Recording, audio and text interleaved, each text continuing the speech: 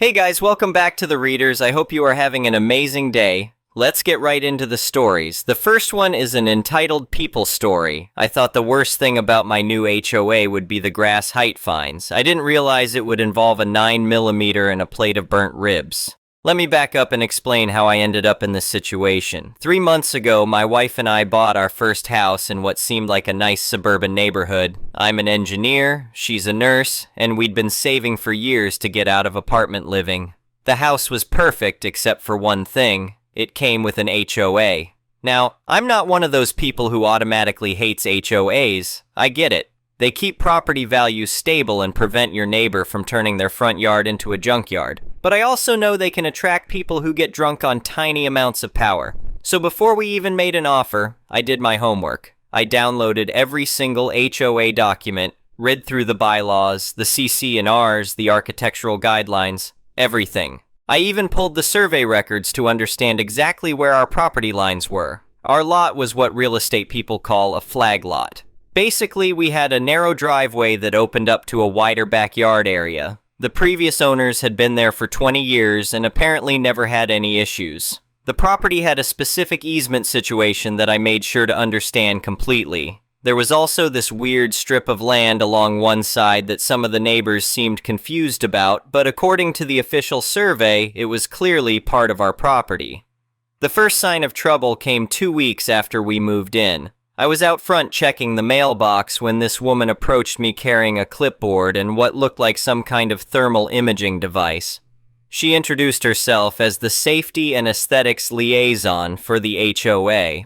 I'd never heard of that position, and it wasn't mentioned in any of the documents I'd read. She started explaining how she was conducting a thermal efficiency audit of the neighborhood to identify heat leaks that could affect everyone's utility costs. She wanted to walk around our house with her device and take measurements. I told her I'd need to see some kind of official HOA documentation authorizing this inspection. She got a bit huffy and said she'd been doing this for 3 years and never had anyone question her authority before. I stayed polite but firm. I told her I was happy to cooperate with any official HOA business, but I needed to verify everything first since I was new. She made some notes on her clipboard and walked away muttering about people who don't understand community responsibility. Over the next few weeks, I started noticing her around the neighborhood more. She'd walk by our house at different times, sometimes stopping to take pictures of our front yard or driveway. My wife mentioned seeing her out there early in the morning before we left for work. It was strange, but not necessarily threatening, just annoying. The real problem started when we decided to host a housewarming barbecue. We'd been in the house for 6 weeks and wanted to meet some of the neighbors properly. We invited the people on either side of us, a couple from across the street who seemed friendly, and some of our friends from our old neighborhood. Nothing fancy, just burgers, hot dogs, maybe some grilled vegetables. I spent the morning setting everything up in the backyard. Our grill was positioned about 12 feet from the house, well within the HOA guidelines I'd memorized. There was a specific section in the rules about outdoor cooking equipment. Section 4.2 required grills to be at least 10 feet from any structure and away from overhanging branches. I'd measured everything twice. The barbecue was scheduled to start at 4 p.m. on a Saturday. Perfect timing, not too early to bother anyone, not late enough to run into noise ordinance issues. Our guests started arriving around 3:45, and we were having a great time. The neighbors we'd invited actually showed up, which was a nice surprise. One couple brought homemade potato salad, and the guy from across the street had some craft beer he wanted to share. I was just getting the burgers on the grill when I heard this high-pitched whistle coming from the side yard. Not like a casual whistle, but one of those emergency whistles coaches use. Everyone stopped talking and turned toward the sound. The Safety and Aesthetics Liaison was standing right at our fence line, holding what looked like a small megaphone. She wasn't on our property yet, but she was definitely making her presence known. "Attention residents," she called out through the megaphone.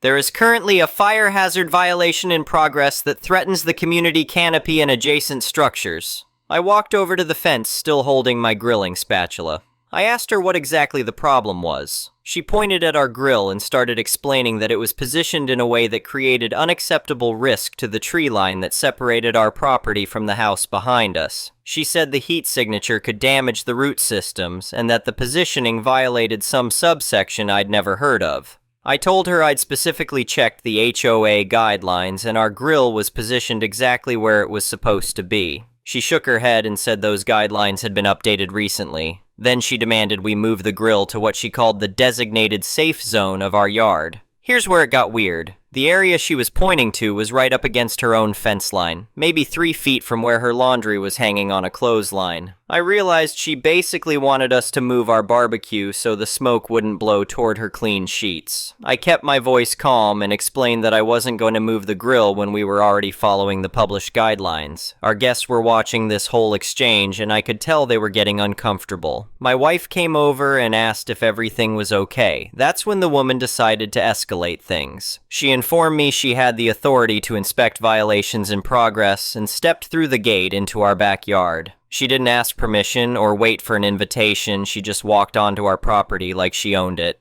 I immediately told her she was trespassing and needed to leave our property. She laughed and said I was the one who was trespassing. She claimed that the area where our grill was positioned was actually HOA common land that had been incorrectly included in our property survey. This was news to me. I'd studied those property lines extensively and I was certain about where our boundaries were. But she was acting so confident that for a moment I wondered if I'd missed something.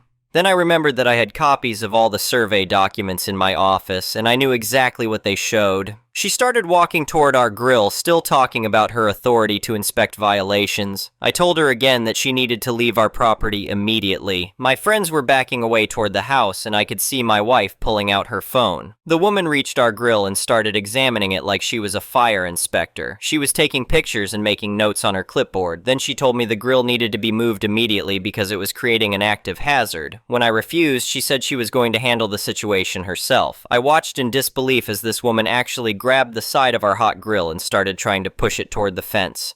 The thing had been cooking burgers for 15 minutes. The surface was easily 400 degrees. I yelled at her to stop before she burned herself or started an actual fire. That's when one of our friends decided to help by pulling out his phone to record what was happening. As soon as she saw the camera, this woman completely lost it. She started screaming about privacy violations and unauthorized recording on HOA property. She was waving her clipboard around and backing away from the grill. I thought that would be the end of it. I figured she'd leave and maybe file some kind of complaint with the HOA board. Instead, she reached into this enormous tactical-style purse she'd been carrying and pulled out a small black pistol. I want to be clear about what happened next because it still doesn't feel real when I think about it. She didn't point the gun at any person initially. She aimed it at our grill and the propane tank attached to it. She was shouting something about neutralizing the threat to neighborhood safety. My first thought wasn't about the gun, it was about what would happen if she actually shot a propane tank with people standing around. I'd seen enough Mythbusters to know it probably wouldn't explode like in movies, but I also knew we didn't want to find out. I used what my wife calls my customer service voice, that calm, helpful tone you use when dealing with difficult people at work. I told everyone to slowly back toward the house while I kept talking to the woman. I reminded her that if she damaged our grill or fence, she'd probably be responsible for replacement costs. I asked her if that was really what the HOA board would want. She seemed to consider this for a moment, then she started pacing back and forth in our yard, still holding the gun, but not pointing it at anything specific. She was muttering about holding the scene until the real authorities could arrive to sort out the property dispute.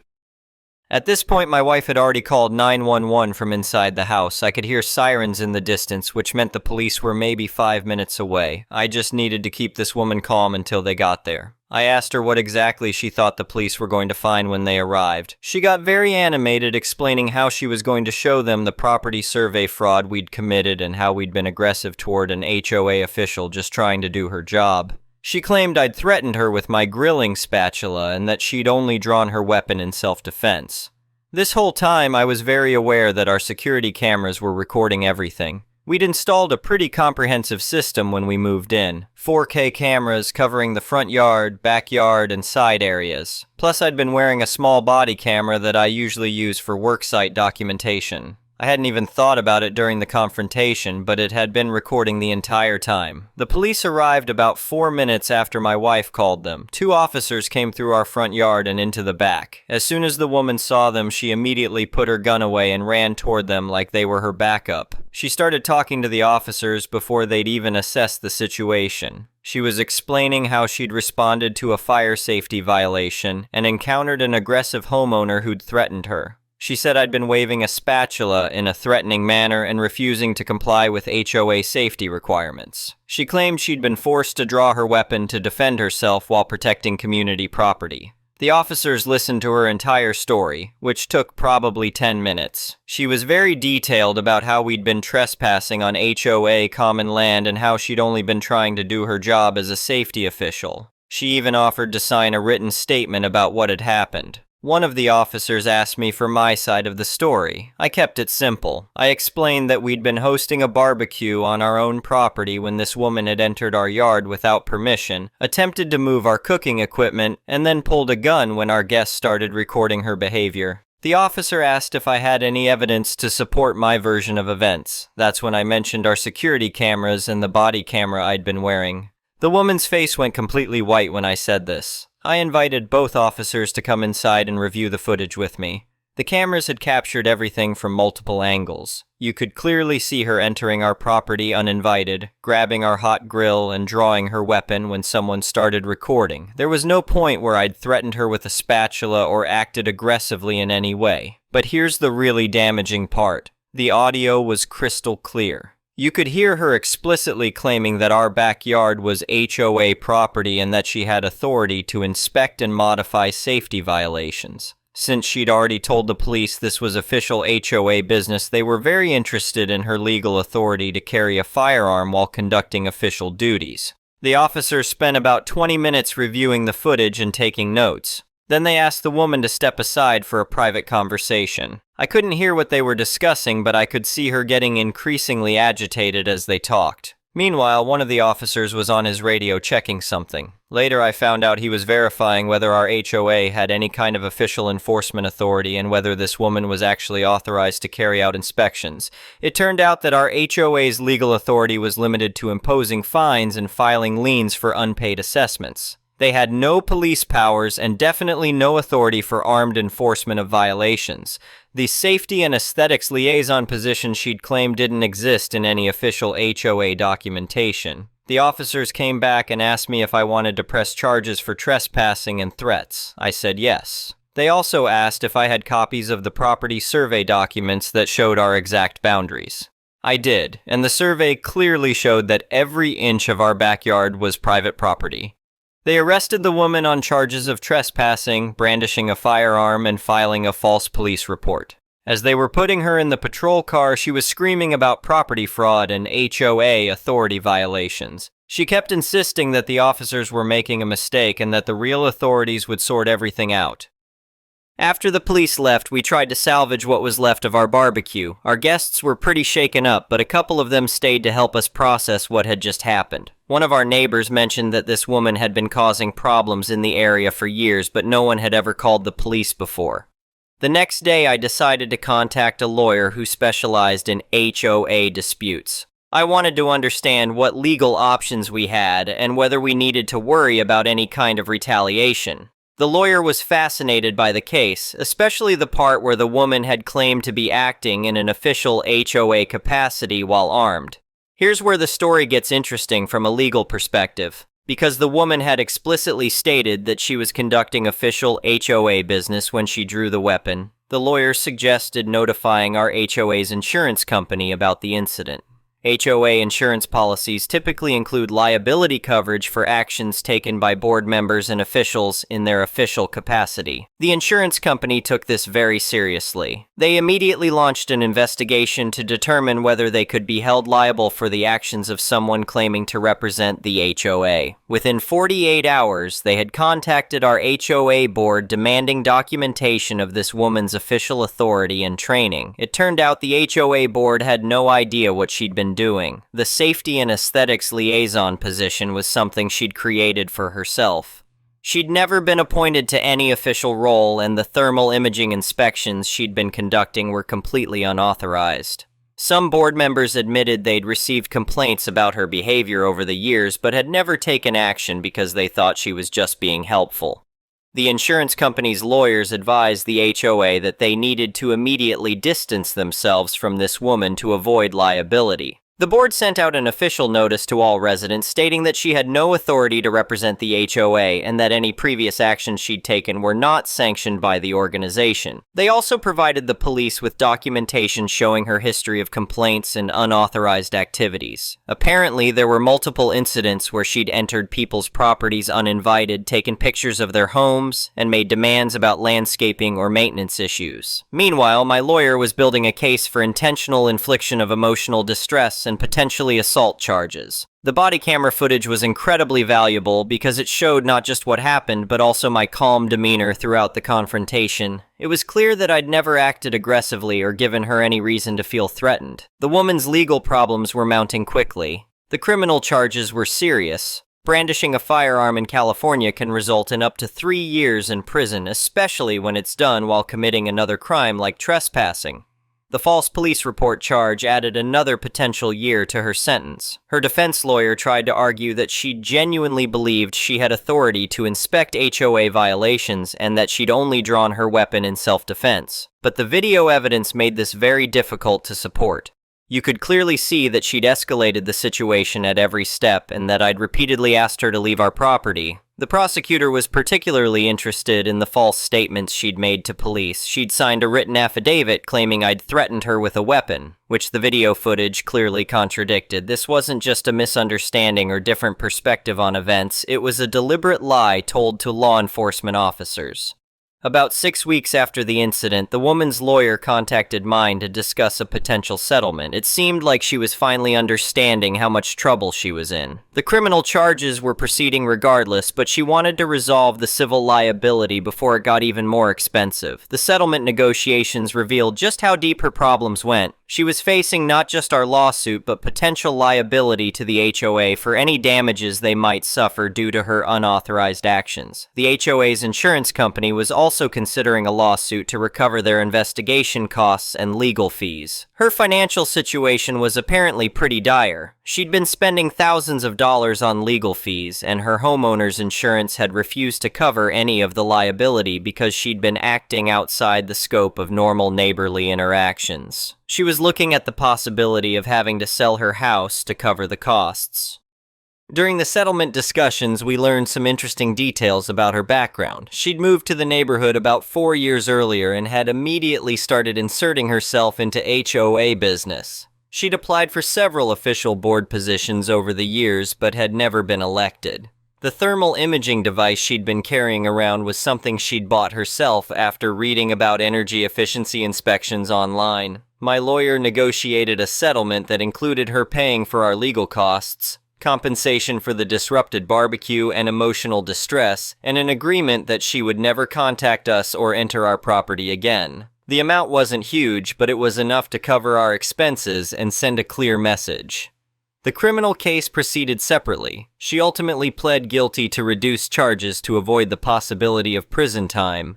She received 2 years of probation, community service hours, and was required to attend anger management counseling. She also had to pay restitution for the police investigation costs. But here's the most satisfying part of this whole saga. About 3 months after the settlement, we noticed a for sale sign going up in her yard. Through the neighborhood gossip network, we heard that she was having financial problems and needed to downsize. The legal costs and settlement had apparently stretched her budget beyond what she could handle. We ended up hosting another barbecue to celebrate the resolution of everything. This time it was even bigger. Word had gotten around the neighborhood about what had happened, and several people wanted to show their support. The couple who bought the woman's house actually attended. They turned out to be wonderful neighbors who brought homemade brisket and seemed genuinely happy to be part of a normal, friendly community. I was telling someone at the barbecue about how the whole thing had started with a simple property line dispute. One of our neighbors mentioned seeing the woman working at a kiosk in the local mall, selling phone accessories or something similar. It was a far cry from her self-appointed role as neighborhood safety enforcement. The really interesting legal footnote to this story came a few months later. Our HOA board, spooked by their potential liability in this incident, completely rewrote their enforcement policies. They clarified that only elected board members have any authority to represent the HOA, and they established clear procedures for handling violations that don't involve anyone entering private property uninvited. They also sent out educational materials to all residents explaining property boundaries and the difference between official HOA business and personal disputes between neighbors. Our incident had apparently been a wake-up call about how unclear policies could create liability for the entire organization. Looking back on the whole experience, I'm struck by how quickly things escalated from a simple neighborhood disagreement to a serious criminal case. If I hadn't done my homework on the property boundaries and HOA rules, or if we hadn't had the security cameras recording everything, the outcome could have been very different. The lesson I took away is that when you're dealing with someone who believes they have authority they don't actually possess, the situation can become dangerous very quickly. This woman had convinced herself that she was some kind of official inspector with the right to enter people's property and make demands. When that authority was challenged, she escalated to threats and ultimately to drawing a weapon. The legal system worked exactly as it should have in this case. The police investigated thoroughly, the prosecutor took the charges seriously, and the civil courts provided a way to recover damages and ensure it wouldn't happen again. But it was a reminder that you never know what your neighbors might be capable of when they feel their perceived authority is being questioned. These days, our neighborhood is much more peaceful. The new neighbors are fantastic, the HOA board is more professional and transparent, and we've never had another incident involving unauthorized inspections or weapons at barbecues. We still grill in the exact same spot in our backyard, properly positioned according to Section 4.2 of the HOA guidelines, and no one has ever complained about it again. The security cameras are still there, though. After an experience like that, you learn to appreciate having an objective record of what really happened when things go wrong. It's a small price to pay for peace of mind, and as this story proves, you never know when you might need the footage to protect yourself from someone else's version of events.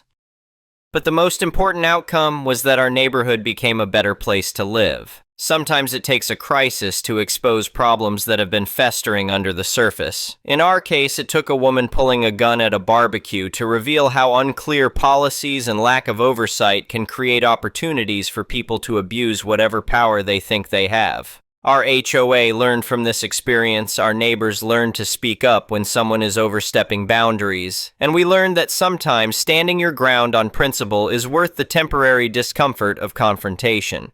Because when you let someone intimidate you into giving up your rights on your own property, you're not just losing that one battle, you're setting a precedent that can lead to much bigger problems down the road. And honestly, our barbecues have been much more relaxing ever since we don't have to worry about armed inspections of our grilling techniques. Sometimes the best revenge really is living well, hosting good parties, and watching problematic neighbors find somewhere else to cause trouble. The next one is a malicious compliance story. From 1997 to 2004, I was a retail manager, mostly for a chain of record stores. I was widely considered to be one of the best managers in the company, mainly because I worked very hard, was very diligent, hired good staff, and took great pride in my work. My branch ran like clockwork, so I was frequently sent to other branches that were failing in order to get them licked into shape, to install better routines, and to retrain staff to keep it that way. The company even used in-store administrative paperwork that I designed because I found the existing stuff messy and inefficient. All this to say, my opinions were well respected and any concerns I raised well heeded. Until October 2001, I was asked to sign for a consignment of trestle tables. That was how they were described. They were folding wallpaper pasting tables. I thought there must be some mistake, but no, it was addressed care of me and to my branch. The accompanying memo said that I needed to erect these tables, all 20 of them, on the shop floor and staple the accompanying plastic, rolls of what I can only describe as trash bag plastic, both in quality and smell, but red, to the tops of them like tablecloths. There are a number of issues here. Firstly, what for? We have beautiful, bespoke, powder-coated shelving for all the CDs, etc. It's a slick, professional retail space. What's the deal with wanting it to look like a yard sale? More importantly, my store, at least the retail space, is small. barely more than 15 feet by 20 feet in fact, and the middle of the room is dominated by a large, immovable rack unit which houses the back catalog CDs. Customers already complain that the store is cramped. People in wheelchairs and parents with strollers complain that it is hardly navigable. So even one of these tables is going to provide a maddening and pointless obstacle, perhaps even a safety hazard, not to mention blocking access to existing stock. Just one. I'm supposed to erect 20. This is ridiculous. So I called my regional manager, I'll call him Greg, and asked him what this was about. In fact, I gave him my thoughts in the strongest possible terms, but he seemed to think it was a brilliant idea by our recently installed new owners and would get customers in. I pointed out that on the contrary, it was guaranteed to keep customers out, since they'd sent me 240 square feet of tables, and I only have approximately 220 square feet of floor space. They couldn't get in even if they wanted to, and they would only want to out of sheer morbid curiosity. He simply could not understand the problem. I implored him to understand the numbers, to visualize the absurdity of this. He couldn't. He said it had all been worked out and every branch had the exact number of tables they needed. The conversation got heated. I said he was stupid if he couldn't understand this. He ordered me to just get it done, and that he'd be down first thing in the morning to check compliance. And yes, I vividly remember him using that word, before slamming the phone down.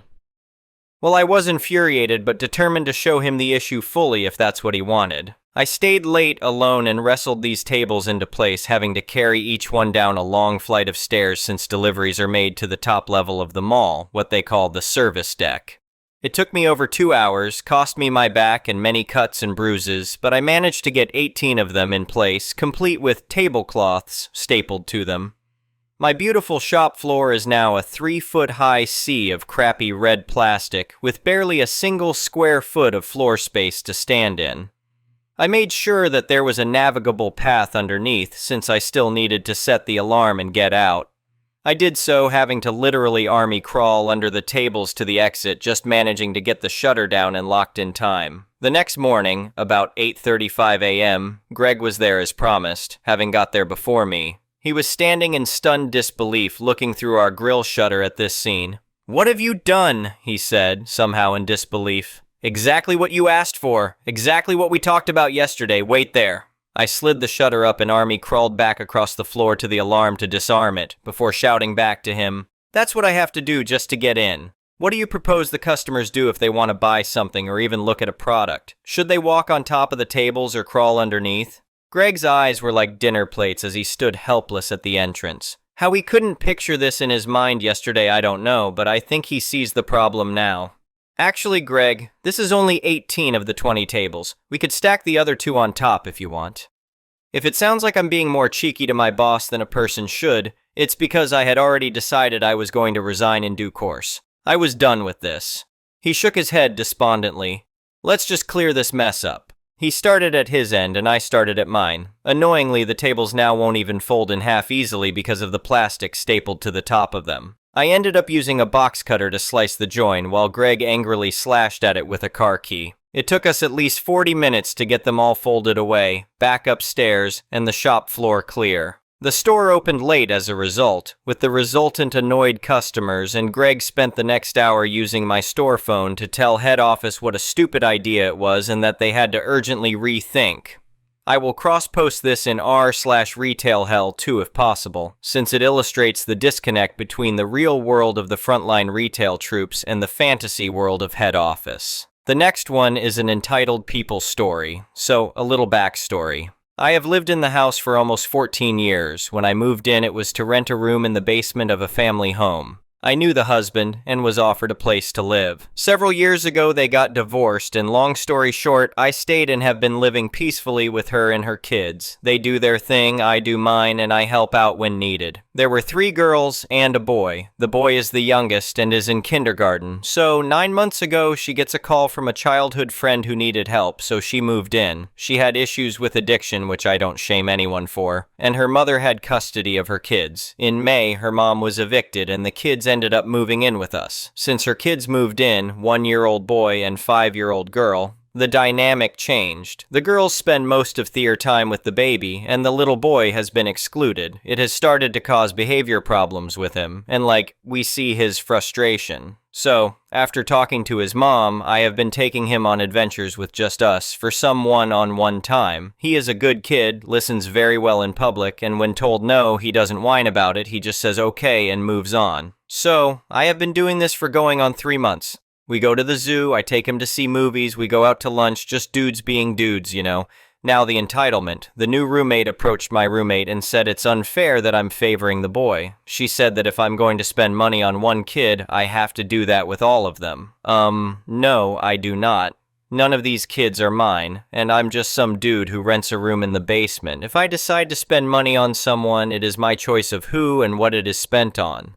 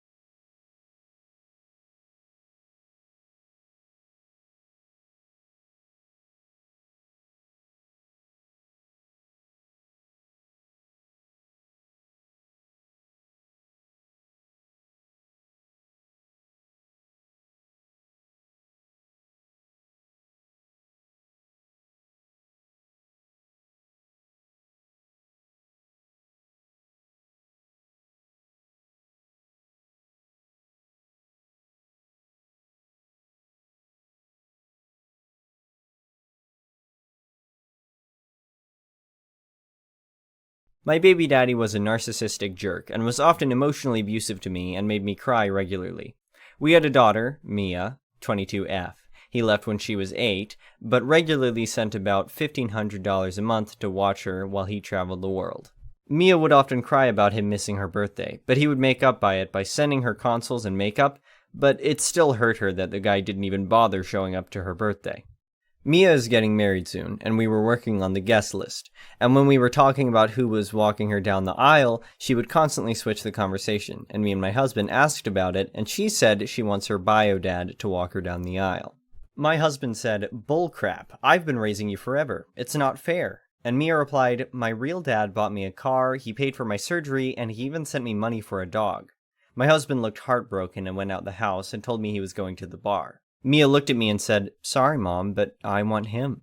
I know you and him have bad blood, but I want him to do it. I've been sending letters and he's been sending them back." I then said something I regretted. I said, "If you invite him, I'm not giving you my wedding dress or coming." Mia started tearing up and said, "Fine, don't come," and ran out. Now my family is calling me heartless. Now I feel alone.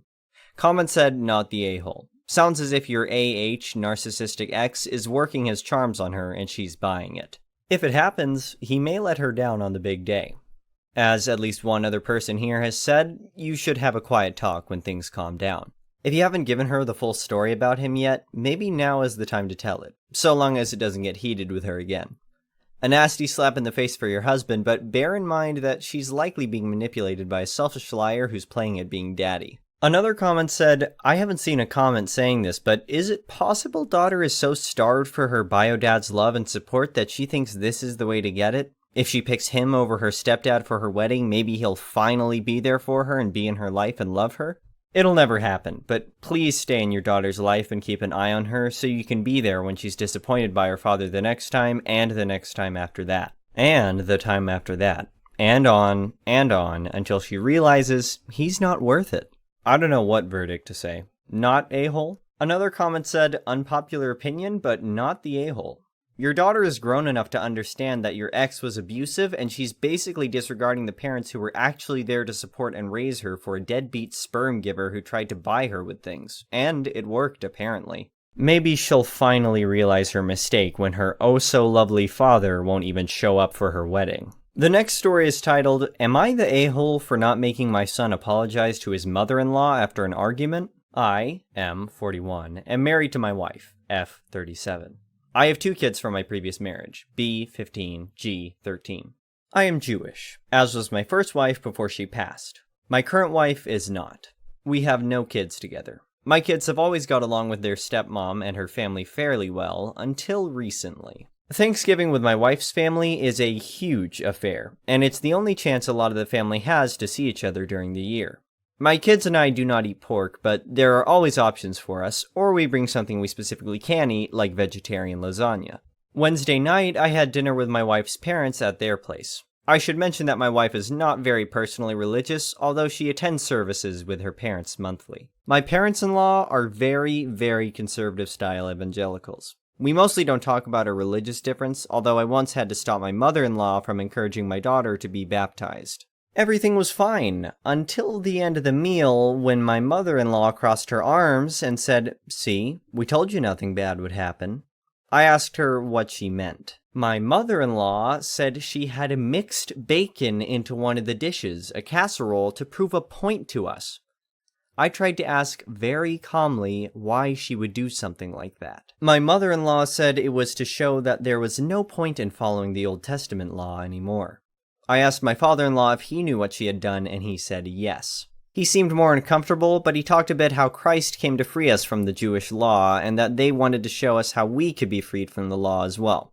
He has worked as a pastor in the past. By this time, my daughter was crying and left the room. My wife got up and followed her. My son has been growing more observant as he gets older. He's more observant than me or my daughter. He flipped out. He screamed at my parents-in-law that they were terrible people, called my mother-in-law some very nasty names, and said he never wanted to come back. My father-in-law started shouting back, and my mother-in-law started crying.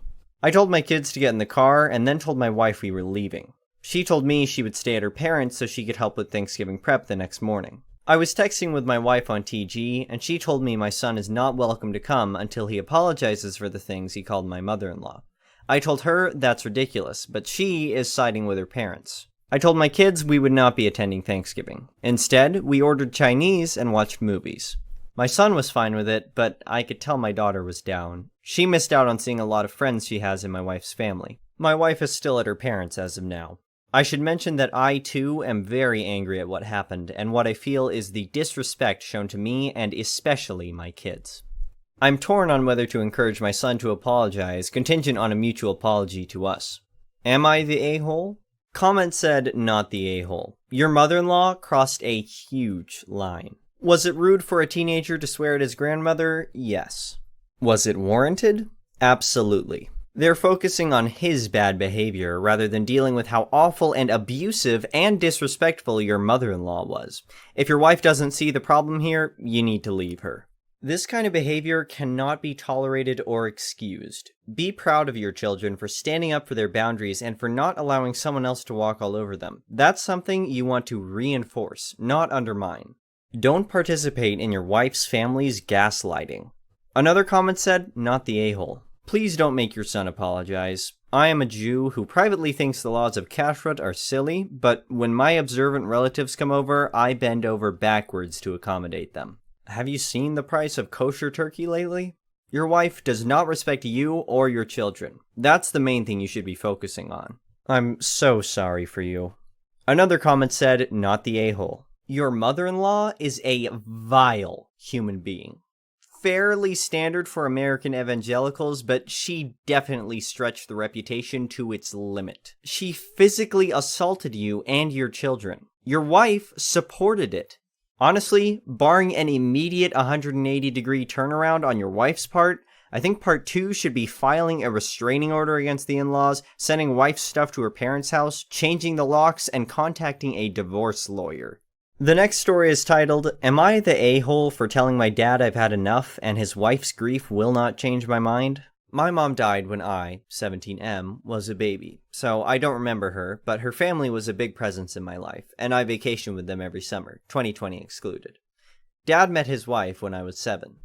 They were together for 6 months when she told me she loved me, after meeting her 3 other times before that, and she could not wait to give me another mom. I told her I didn't want another mom. She was sad, but said she understood. They married a few months after that, and then when I was 9, she and my dad sat me down and told me she wanted to adopt me and that she loved me so much and her dream was to be my mom. I told them I still didn't think of her as my mom. She asked if I loved her enough to try to give it a shot, and we could wait on the adoption until I was ready. I said I didn't want to. She then said to do it because I loved her. Dad said there was no woman more deserving. I told them I didn't love her enough to let her be my mom. She cried. My dad told me he didn't know why I was lying, but therapy would help me see I loved her. I did go to therapy. I didn't change my mind on letting her be my mom, / being adopted by her. So they tried to have a baby of their own.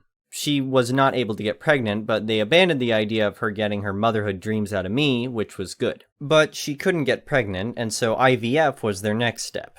I'm not sure on all the details, but they only got enough for one try, and they waited and prepped her so the pregnancy would stick. She made it to 14 or 15 weeks, and then she miscarried 3 weeks ago. It was bad. She was broken, and she ended up staying in the hospital so they could help her. My dad decided that now I need to give her what she wants. That 10 years of knowing her and 9-ish years of her being his wife means she has been my mom whether I like it or not, and I need to start showing her that I love and care about her. He told me the adoption would mean the world to her and would be the biggest help while she grieves. I told him I had enough, and his wife's grief was not enough for me to let her adopt me. I told him I did not think of her as my mom, I did not love her, I was not a toy that could fill her motherhood desire. I told him I'm a real person, his son, and mom's son, and while I don't know her, you can't just ask someone to be adopted to give another person their dream. He told me he was disappointed in me and expected me to be more compassionate and loving to her after all this time. Am I the a-hole? Comment said, not the a-hole. Honestly, it sounds like they've sabotaged her chances of having a healthy, loving relationship with you by trying to force the issue. You can't force someone to care about someone, that's just not how feelings work. They need to start respecting how you feel. Honestly, I do feel sorry for this woman, it sounds like she's been through some serious trauma, but it's not your job to fix that for her. Another comment said, not the a-hole. Oh, duckling, my heart breaks for you. You lost your mom, then your dad and stepmother fell in love with the idea of a perfect family. It was never actually about you. You deserve better from the adults in your life. You are not a bad person for not wanting to be a kid-shaped prop in their lives. I wish you all the best for next year when you hit 18 and can begin to set boundaries as an adult with them both. Another comment said, not the a-hole. I told him I did not think of her as my mom, I did not love her, I was not a toy that could fill her motherhood desire. I told him I'm a real person, his son and mom's son, and while I don't know her, you can't just ask someone to be adopted to give another person their dream. This, OP. This. You are not an emotional support animal as well. You never viewed her as a mother, and simply because your dad and stepmother want it, won't change it. I disagree with one point. You have known her for quite some time now. It does seem to me that you never really wanted or cared for a relationship, but that is still your choice. Adopting will make her a mother on paper, not in real life. My thinking is that they think when your stepmom will be your legal mom on paper, she can get to parent you. That ship has long sailed. You're nearly an adult. The last story is titled, Am I the a-hole for throwing my sister and her son out of my house? I, 35M, am a single father of 3 boys, 10M, 7M, and 3M. Their mother died last year due to ovarian cancer. It's been a rough year, to say the least. My sister got divorced 6 months ago and temporarily moved in with me and the boys. She has a son, my nephew, 9M, who stays with us most of the time. My nephew and my 10-year-old are not the best of friends, but so far, they got along fine, apart from some teasing from both sides. A few weeks ago, my 10-year-old started telling me that his cousin was bullying him and being mean to him. He called him names, pushed him around, took his video games, etc. I talked to my sister many times and told her to talk to her son. We talked to the boys together and things settled down. Yesterday was my 3-year-old's birthday, so my whole family was here and my late wife's family as well.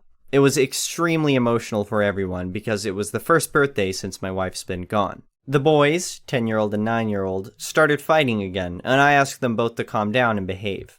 My son started crying and told me his cousin teased him about him not having a mom. I choked up and asked my nephew if that was true, and he said yes, but that he's sorry.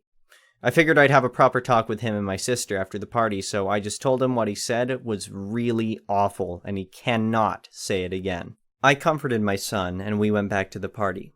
Before we cut the cake, my sister came yelling at me, saying I had no business disciplining her child. I told her to drop it and we'll talk later. Instead, she said, "Besides, he's right. Kids need a mom." I had tears in my eyes by that time, and she just said, "See, it's even turning you into a kitty." My in-laws were crying, I was tearing up, the kids were upset, just awful. I told her to stop it and just leave me and the kids and the family to cut the cake, and we'll talk in the evening. She said, "Listen, we both lost our spouses, but at least I'm still a normal person." She stormed off. After the party, I told her she has 2 days to pack her crap and leave. She's begging me not to throw her out because she and her kid will be homeless. Am I the a-hole for throwing her out? Comment said, "Not the a-hole. Your wife died. That's significantly different from being divorced. Good job protecting your children from her poisonous attitude. And crying due to grief is hardly being a kitty, so good on you for showing your boys that." Another comment said, "Not the a-hole. What the hell is she talking about? Does she have no sympathy? We both lost our spouses. Ma'am, you chose to lose yours. And now it sounds like she's choosing to lose her relationship with you too. She has no right to treat you and your children that way. Anyway, I'm so sorry for your loss, and a belated happy birthday to your son. Sending lots of love."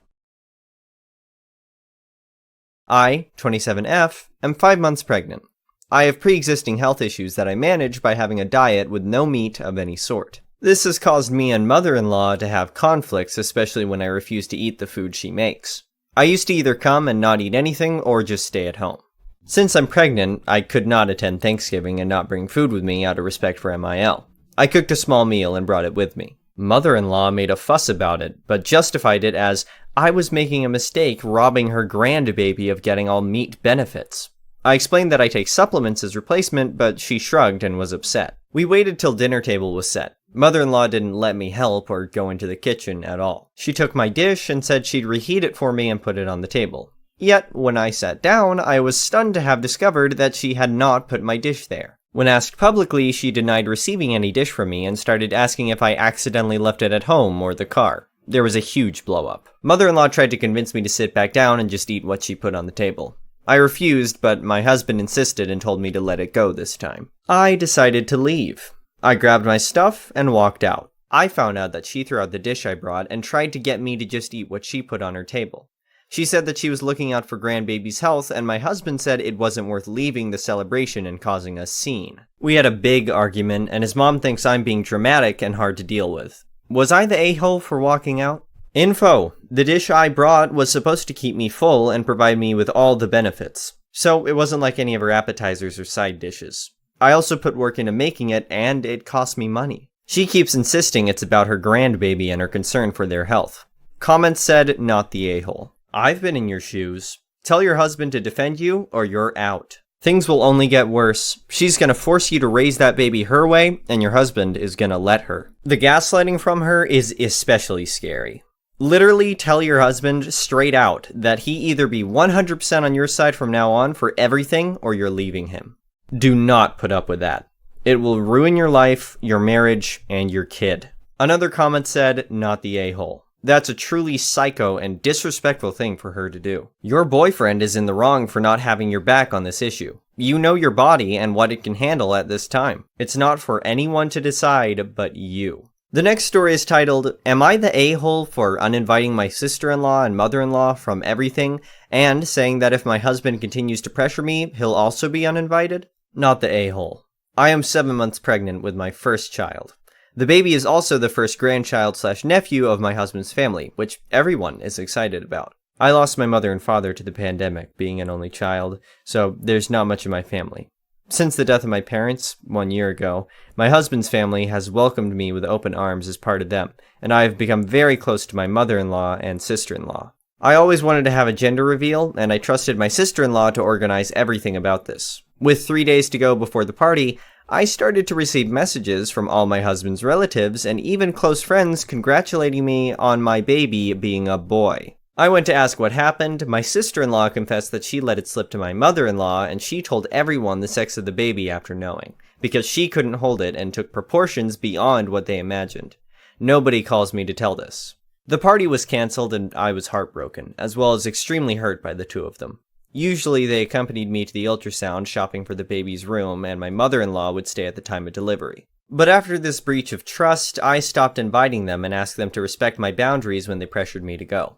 Honestly, I didn't even send them the baby shower invite because I really avoided contact with them as much as possible. Because everyone knew before me that it was a boy. My husband started complaining that I was pushing them away because of a mistake that could happen, and that I was being harsh. Yesterday he brought up this, and when I said that I still didn't feel comfortable with them, he said, "Soon you'll tell me that my mother won't be able to go to the birth." I think my face showed my response, and he started saying that I was being too hard on her because she was just excited and blah blah. I had my limit and said, if you keep pushing me, it won't just be your mother who won't be on my labor. So either stop or you won't come in. He started to say that I was crossing lines and that he had a right to have this moment. I was taking this with them too far. He slept on the couch and doesn't talk to me more than necessary. Am I the a-hole? Comments said, not the a-hole.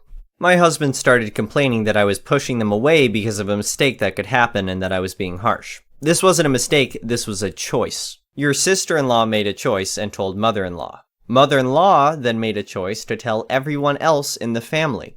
Your husband is making the choice to pressure you into things, which is leaving you to make some choices of your own now. You are allowed to make your own choices. Nobody, not even the husband, has a right to be in the delivery room. May seem harsh, but it's true. The person going through the procedure has the choice of who gets to be in there. Birthing a child is not an all-access pass for everybody else who wants to be in there. It's not a spectacular sport, it's a medical procedure to get a little human out of another human. Another comment said, not the a-hole. Your sister-in-law slipping could have been an honest mistake. Your mother-in-law spreading it around was a concise choice. You may be going a little too far with your sister-in-law, again, possible accident, but your mother-in-law made her choice and is now dealing with the consequences. The last story is titled, Ex-Wife Tries to Frame Me for Theft. Background, at this point in the saga, having lost the custody battle, V is moving to NH to be with her then primary lover, now husband number 5. A detail that amuses me to this day is that he shares the same first name as the FB lover from CA as mentioned in my first post. I always refer to them as Paul number 1 and Paul number 2 when talking about them. Yes, I'm easily amused. The incident. About a month after the custody hearing at which I got full physical custody of Rebecca, V and I had an email exchange in which we agreed that I would go to her apartment and take Rebecca's captain's bed and some of Rebecca's belongings the day before movers arrived to pack up Voldemort's stuff. She was moving 75 miles away to central NH, having burned pretty much every bridge in the area. As Sam drives a truck, he graciously agreed to come along to both help and to be a witness. So we get there around 7:20 p.m. and knock at the door. After a brief wait, V opens the door, iPhone glued to her ear. She sullenly mumbles something about her stuff is upstairs and then heads off to her second-floor bedroom, weaving and mumbling something that made me stop and think. I didn't quite get it, but I recall thinking, I really cannot go in here at all without a witness. I stick my head out the door. Sam, come on. You need to come in with me. So, we go in. Holy crap. It's a tip. It's not quite filthy, but it's beyond cluttered. By now, V has disappeared into her room, complete with slamming the door, so it takes me a bit of wandering to find Rebecca's room. It's not just that she's in the middle of packing, but there is crap everywhere. Dust, cobwebs tracked in dirt, unwashed dishes, empty boxes of wine, dry dog food scattered and trampled underfoot. I could see that it's quite a nice place. An open living area with a balcony overlooking it, and lovely woodwork, and exposed beams and insert shelves in the walls. An antique wood stove on a hearth is blazing away. Really, lots of potential. But a tip nonetheless.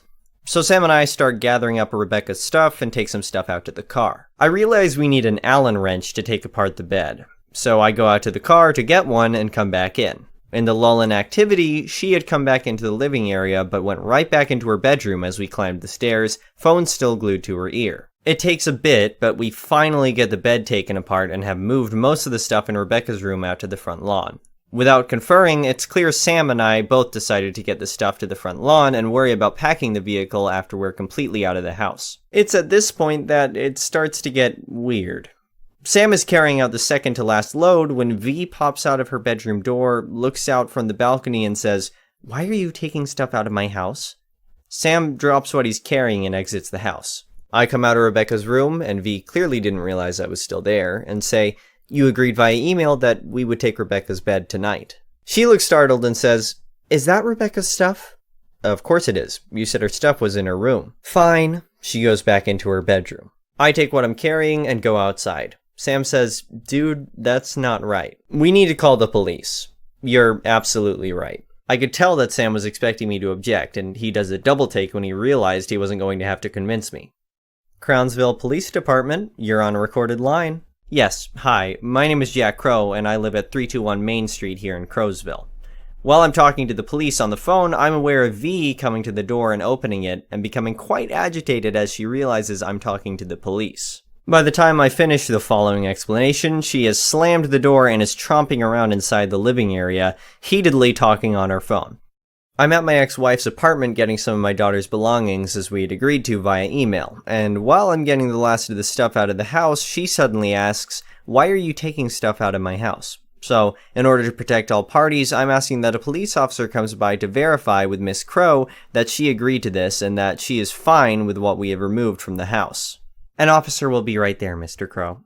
As I'm waiting for the officer to arrive, leaning nonchalantly against the front of Sam's truck, Sam is standing there next to me, just shaking his head. Right about here, V throws open the front door, muttering something about having not gotten all of Rebecca's stuff, and proceeds to deposit another laundry basket piled high with clothes and other items on the front stoop, and then disappears back inside. I start to whistle, "Pop goes the weasel." Most of the stuff we moved is still sitting on the front lawn. We leave it there. After about 5 minutes, the officer arrives. He steps out of the patrol SUV, and I slowly approach him, arm extended to shake his hand. "Good evening, officer. I'm Jack Crow." "Evening, Mr. Crow. Allie Johnson." We shake hands. I give him a brief explanation of the situation, and he comments that I was right to call him, and that he'll go speak to V. He's up there for about 2 minutes, and then he comes back down. "You guys are good to go."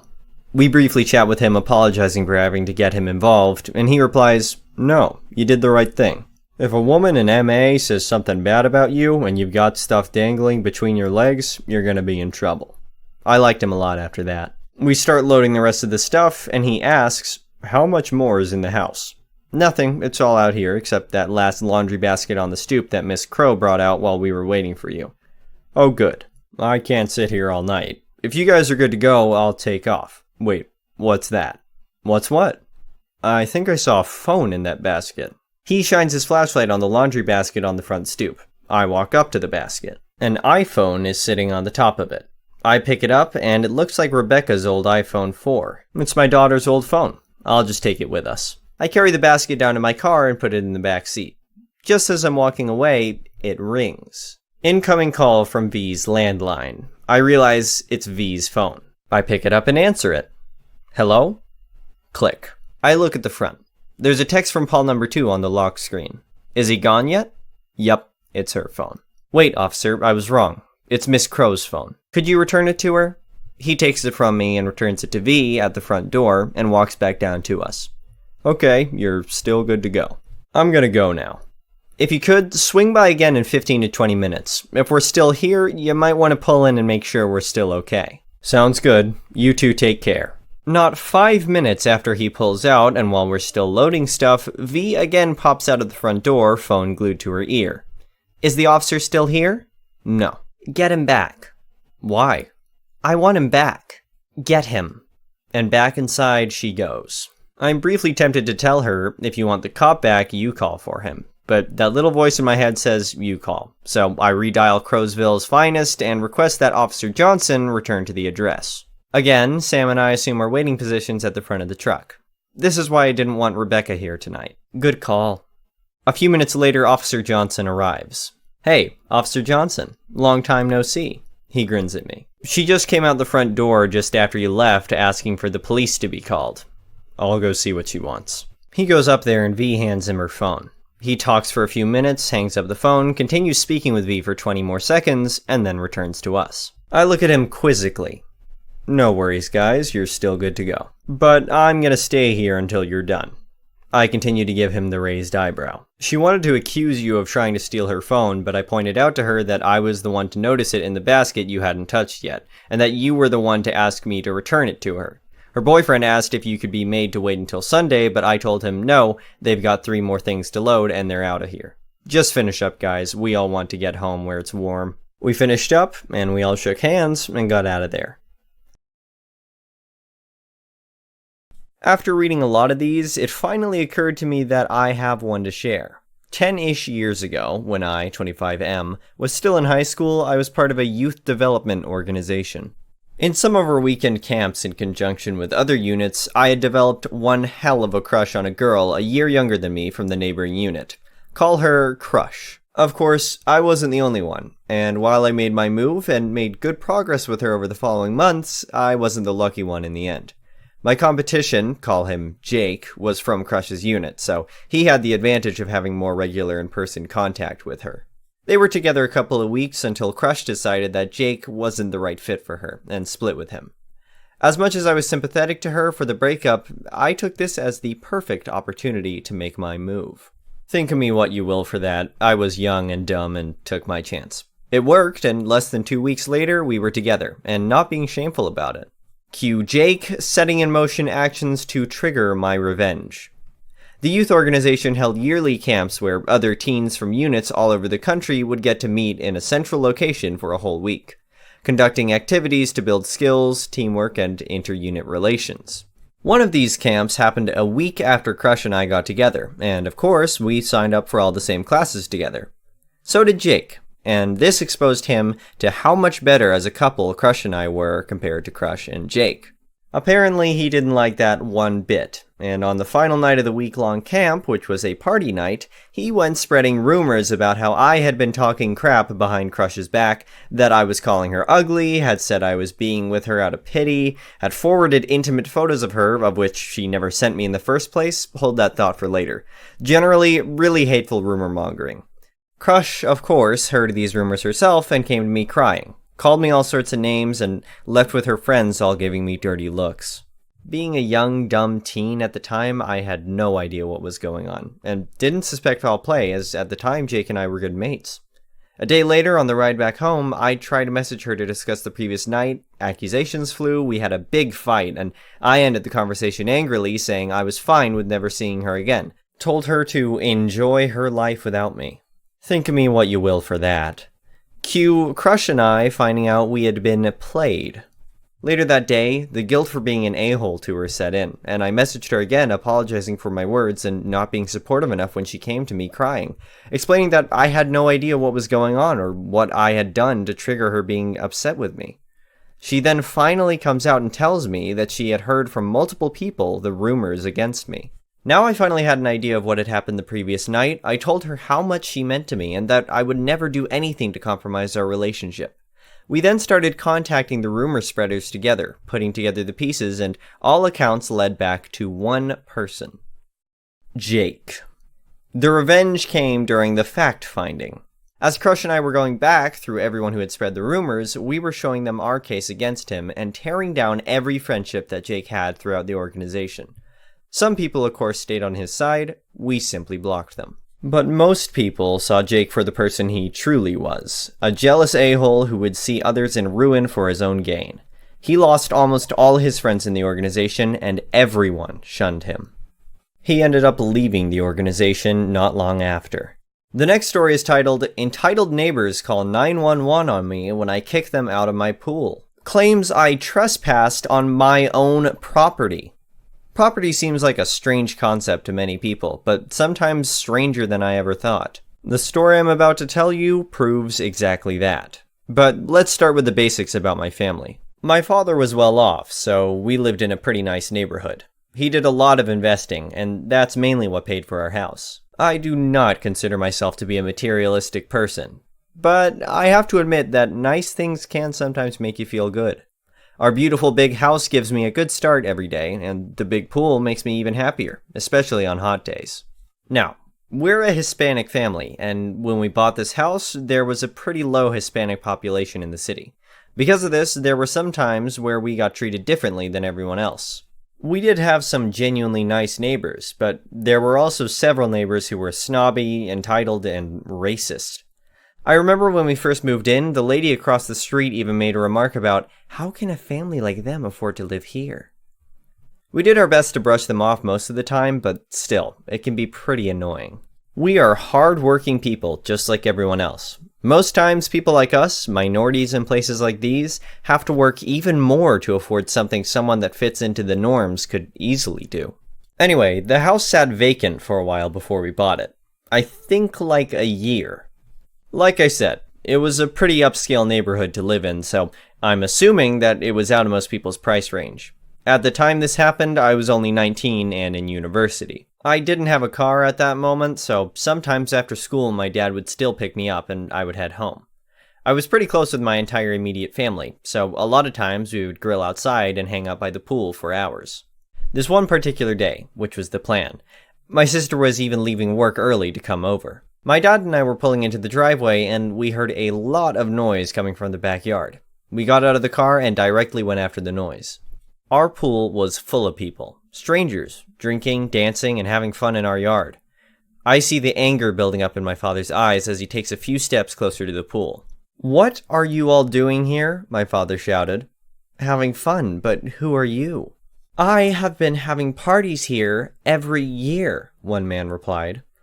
"I have to ask you to get out, as this is my property now," my dad said, angrily. The guy, and who I am assuming is his girlfriend, then gets out of the pool but starts yelling racial slurs at my father and me, saying that we need to go back to Mexico and that there's no way we actually live in this neighborhood.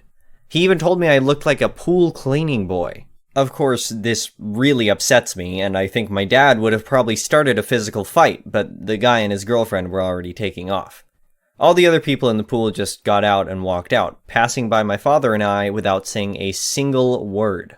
We actually called 911 on the neighbors and tried to get them for trespassing, but unfortunately our security cameras couldn't prove that it was them, so they basically got away with a slap on the wrist and verbal warning from the police. Either way, my dad stepped up security measures after that on the house. My dad even got new locks for our gate, several more security cameras that would send notifications to our phones if it detected motion. Like I said, we thought that was the end of the weird interaction, and we wouldn't be seeing those people anymore anytime soon. Everything was pretty quiet for a while as well after that. The security cameras didn't catch anything, our house alarm never went off, everything seemed peaceful and quiet. After a few other days, we left to visit my mother's parents. It was a trip that was organized a few months before, and we were all excited to go. We even forgot about the pool events and left without a worry. We arrived at my grandparents and started talking and eating because my grandma prepared an amazing meal for all of us. And as we were eating, the alarms on our phones started going off. My dad pulled out his phone and smiled. "It's them again, in the pool," he said. "I have an idea, Dad," I said. "So let me tell you the idea I had. I called the police, giving them an anonymous tip. I pretended it to be an alarmed neighbor, taking care of my neighbor's property. I know for a fact that the owners are not home for a few days, and I saw people entering their yard," I said on the phone. "Maybe they allowed someone to stay as they're not home?" replied the policeman. "I don't know about that. They also had problems with these people before as they trespassed on their property once again," I said. "We'll check," the policeman replied. I ended the phone call, we jumped into our car, and drove home. We arrived at the gate at the same time as the police, which says a lot about them. The people at the pool heard the cars, so some of them came at the gate, and one of them was that boy. "Officer, I'm so glad that you're here. This family keeps trespassing on my property," he said. "I understand that they're probably very poor, but it's not okay," he added. "We actually came here because we got a phone call from a neighbor," the policeman replied. "You are the owners, right?" said the policeman, looking at us. "Yes, for a while now. These people keep trespassing like it's an empty space. I live here, my family lives here, and I want safety for us," You have to do something about it, my dad answered. Officer, he's lying. Look at him, the man said, mocking us by doing different sounds and gestures. This problem's actually very easy to solve, said the policeman. Let me see the property documents, he added. My dad entered the yard, opened the front door, went inside, and brought the documents. The policeman nodded and looked at the man. Now you, sir, the policeman said. What? What documents? You have to believe me. Look at me and look at them, the man shouted.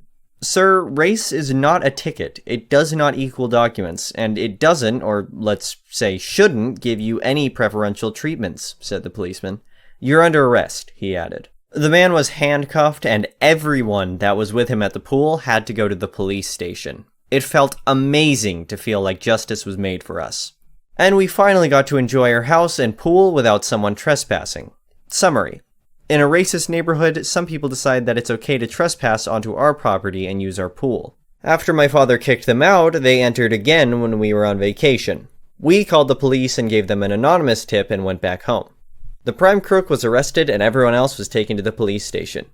We got our pool back and justice was served. The next story is titled, Don't Use My Laundry Detergent. I used to live in dorms where there was communal laundry, and I was usually good at remembering to bring my detergent back with me.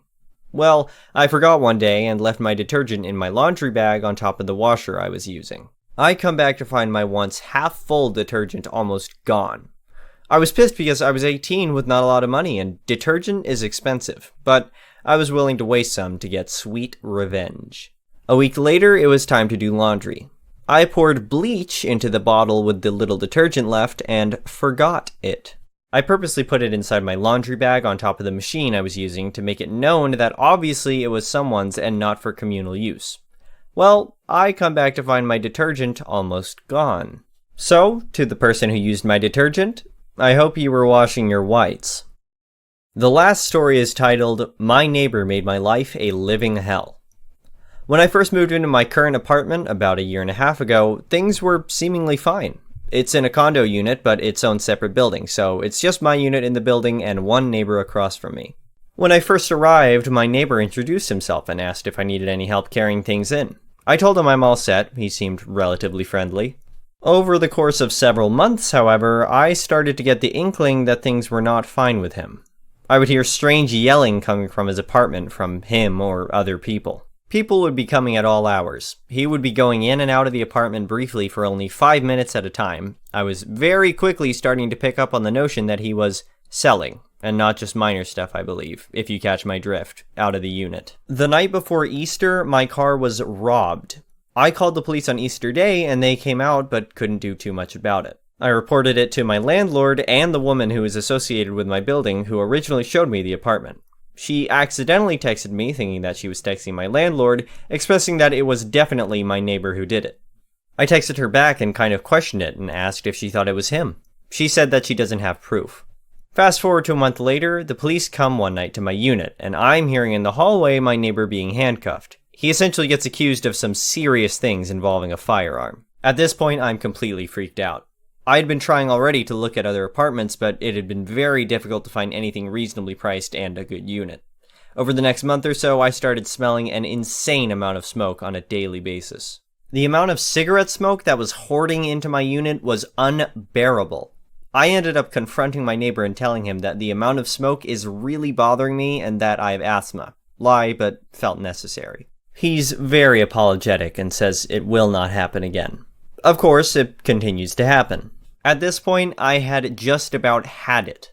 Between the strange yelling happening, his criminal activity, the smoke, I couldn't take it. It might sound cheesy, but my one guilty pleasure TV show is Real Housewives, which I can guarantee is not his. I set up my Bluetooth to connect to my audio of the show through my phone. I placed the Bluetooth right near my door. I blasted Real Housewives like it was no one's ducking business.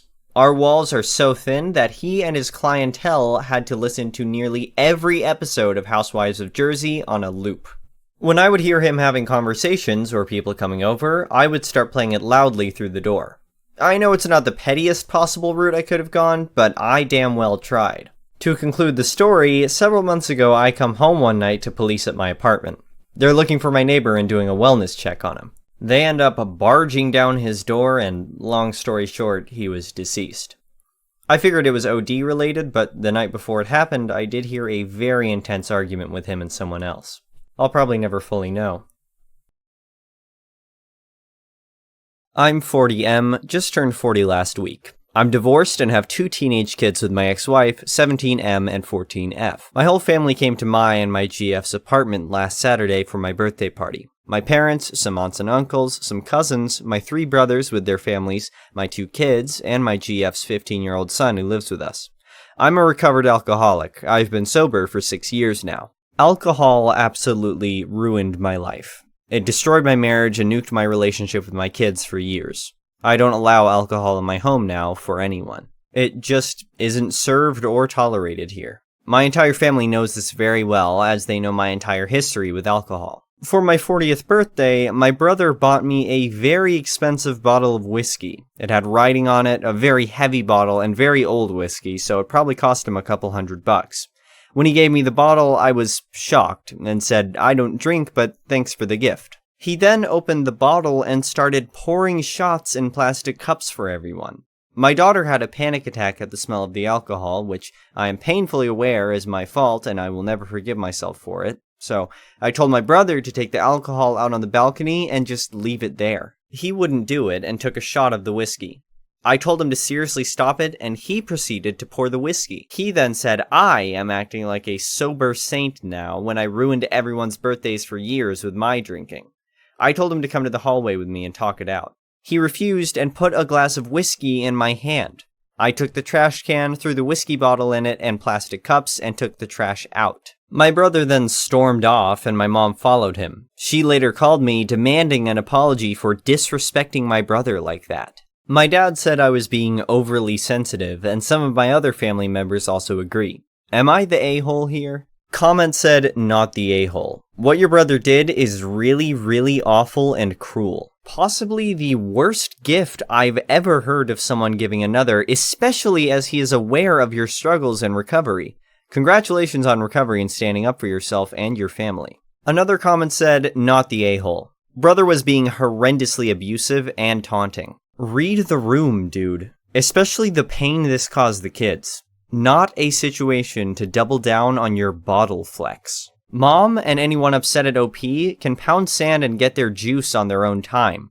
OP should have drain poured it to prevent them from dumpster diving afterwards. I say this as someone who drinks. The level of disrespect shown to OP here is off the charts. NC the lot of them. The next story is titled, Am I the a-hole for not giving my sister, who's a single mom, my share of inheritance? My, 35 female, last remaining grandmother passed away last month. That side of the family is Jewish, and it's customary to give inheritance to the grandkids in Jewish families. My sister, 27 female, is a single mom of 3, one with special needs. All have different dads, none are in the picture. One is in jail, another was a one-night stand in Vegas, she doesn't even remember his first name, and the other is just an unemployed deadbeat. She's drowning in debt, mostly medical bills for special needs child, and got fired from multiple jobs due to having to always call out due to her special needs child having some medical emergency. She's months behind on rent, but landlord hasn't evicted her because he feels sorry for her. My husband, 42 male, and I are child-free by choice. While we aren't Vanderbilts by any stretch, we do have a comfortable lifestyle. We were going to use my portion of the inheritance for a down payment on a house. We live in an apartment, albeit a nice one, and to treat ourselves to a nice vacation in Europe. I've never been there, but DH has, and I've always wanted to go.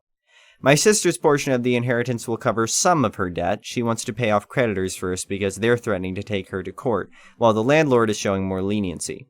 But my family is saying I should give her my share of the inheritance because that would cover almost all her debt.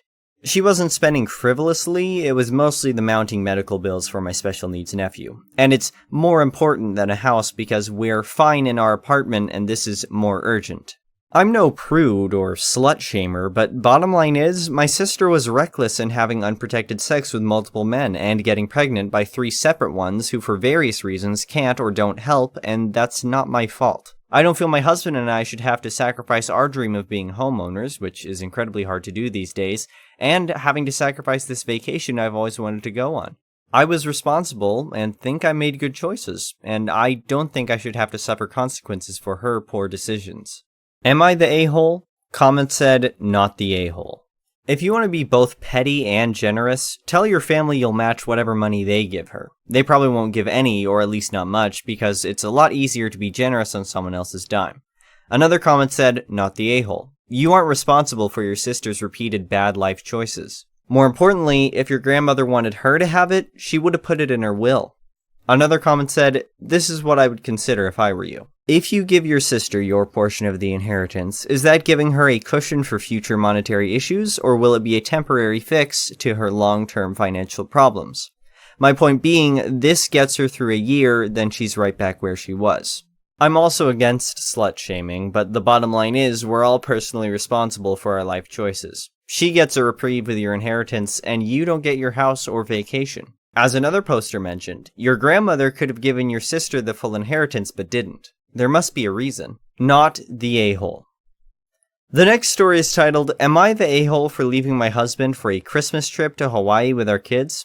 Every year, my family spends our Christmas in Hawaii. We've done it every year since I can remember, and it's a fun family tradition for me.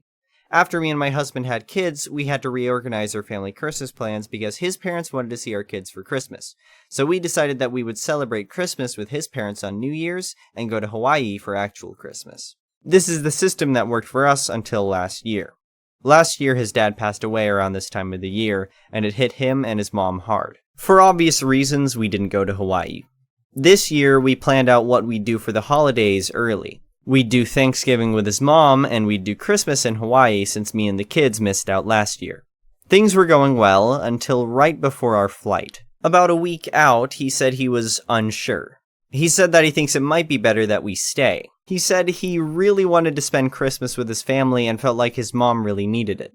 I was unhappy about this. We planned. We saw her last month, and we already had my dad buy our tickets and hotel, so it would be incredibly unfair to me, him, and our kids for us to not go just for his mom, who we'd see a few days after we got back anyways. We got into an argument about it and proposed that me and the kids can go to Hawaii and he can stay there with his mom. He decided to do this, but he was very clearly upset that I wasn't going to forego my family's Christmas tradition and seeing my family just for his mom. So now I'm in Hawaii watching and wrangling the kids by myself while he's home alone. He hasn't texted me or responded to me much. When I call him, he only talks for about 3 minutes before wanting to get off the phone with me and talk to the girls. Am I the a-hole? Comment said, I think not the a-hole because you stayed home the first year after his dad passed away, and you had agreed to the Thanksgiving Christmas arrangement for this year. He changed his mind after all the arrangements were made. However, I think you and your husband need to talk about this more. Where are he and his mom in their grieving processes? How does he envision things working in future years? Does he want every Christmas with his mom now? Does he want to do alternate Christmases? Or is this year just particularly hard for both? Also, is there an option to have your mother-in-law join you in Hawaii since she's on her own? Another comment said, I feel for your husband. He lost his dad a year ago and his mom is spending Christmas without her partner.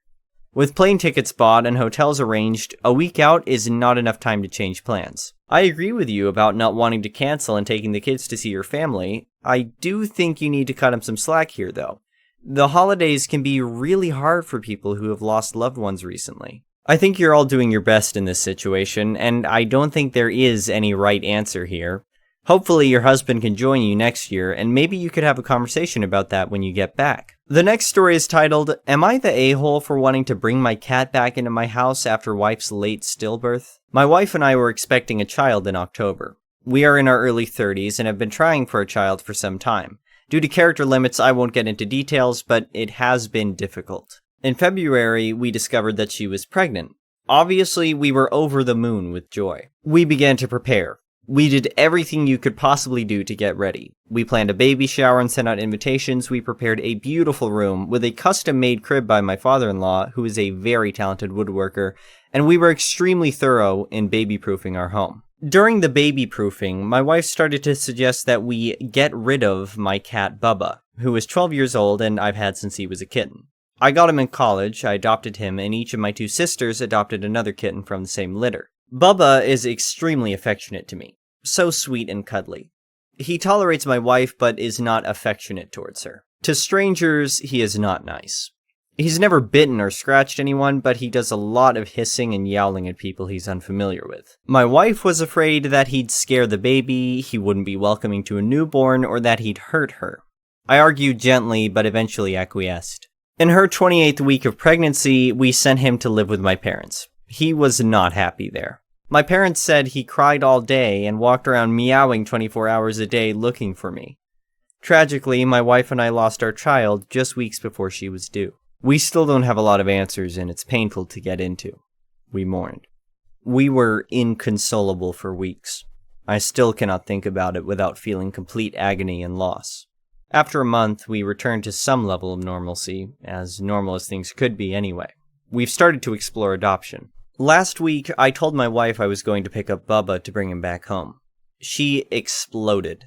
She said that under no circumstances would she allow him back in our house, and that I had agreed to have him live with my parents.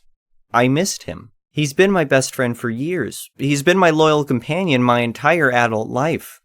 She told me that I could pretty much choose between her or Bubba. I told her that obviously I would choose her, it's not even a question, but that I didn't understand her reasoning and I felt she was being cruel.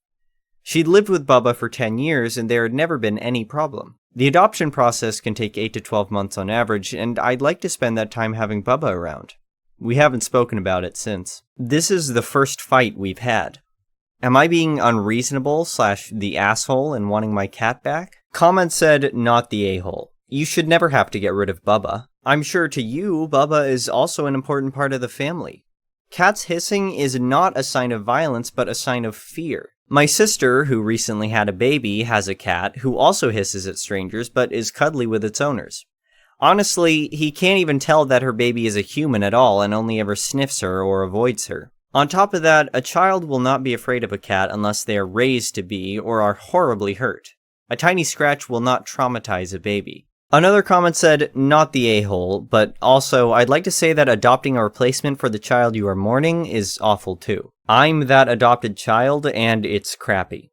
Another comment said, not the a-hole. You miss your cat and want it back. For you, that sits on its own. Your wife is dealing with the loss of the child that was inside of her. The knowledge that it's her body that is preventing that happening again, and I can tell you that no matter how strong everyone is on the "it's not your fault" message, that blame gets internalized anyway, and an uncertain future facing adoption. For her, the return of the cat is linked and could be taken as you are giving up on any future child, especially since, presumably, you'd have to get rid of it again if you did in fact adopt. I think emotions are running high here, and you need to talk through them. Do consider, though, if this is the best for the cat in the long run if you're just going to return it to your parents' house at a future date if adoption is successful. Good luck. The last story is titled, Am I the a-hole for not disclosing I had plastic surgery to my boyfriend? I, 26 female, have been dating Max, 25 male, for 4 months. When I was 22, I had a nose job as I broke my nose twice as a kid, and it left it with a large bump. Then, at 23, I had a breast augmentation that bumped me up 2 cup sizes. These were lifelong insecurities that I was bullied over, and it was really relieving to get them done. On to the present. I met Max through a friend, and things have been great. Last night, I was strolling through my social media while on the sofa with him. I stopped on an old classmate's vacation photo where she wore a bikini and, frankly, had very obvious implants. She looks great, happy for her, but you can tell. Max glanced over at that moment and said, gross. I asked him what the deal was, and he said women who get implants or other surgeries are a huge turnoff to most guys, and how men prefer natural over 2 balloons, and how insecure she looked. I couldn't help but laugh and said, so you're turned off by me? He got very confused and asked what I meant. I informed him I had procedures done before. He kept denying it and saying I was joking until I showed him old photos of me. He got quiet and left shortly after. I got a text saying I should have disclosed this on the first date, how I led him on and that he needs to reconsider things. It's the next day. Haven't heard anything. I'm bewildered. Am I the a-hole? Comment said, not the a-hole. It certainly wasn't his business on your first date. I'm assuming he's seen your boobs by now, and if he hasn't noticed, I don't know why he cares that much. Another comment said, not the a-hole. You sprung it on him when he was trying to act like women with implants turn him off. Most guys like pretty noses and large breasts whether or not surgery was involved, which is why so much cosmetic surgery is paid for by husbands and boyfriends. He's licking his wounds. Thank you for watching. I would really appreciate it if you could like the video and subscribe to our channel if you haven't already. We'll see you again tomorrow.